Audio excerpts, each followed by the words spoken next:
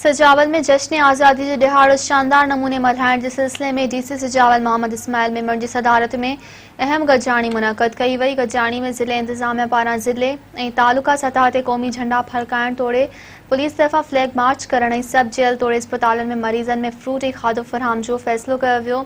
समूरन सरकारी इमारतन के खूबसूरती से चरागा करण जी हिदायतूं जारी कई वयूं। उन मौके ते डिप्टी कमिश्नर मोहम्मद इस्माइल मेमण ख़िताब कंदे चयो त 14 अगस्त जो दिहाड़ो असां लाइ इंतहाई अहम ॾींहुं आहे। हिन दिहाड़े खे शानदार अंदाज़ में मल्हायो वेंदो।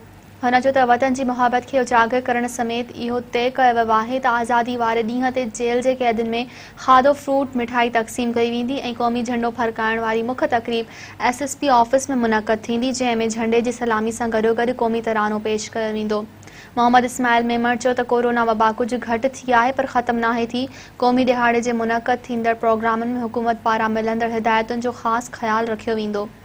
उन मौके ते DHO हेल्थ सजावल डॉक्टर शहनाज, असिस्टेंट कमिश्नर सजावल समीउल्ला संजरानी, पुलिस इंस्पेक्टर नूर अहमद मेमण, इंफॉर्मेशन ऑफिसर सरफराज समूह समेत तालीम, रेवेन्यू ऐं मकानी खाते जे अमलदारनि ऐं लाॻापियल ऑफिसरनि वॾे अंग में शिरकत कई।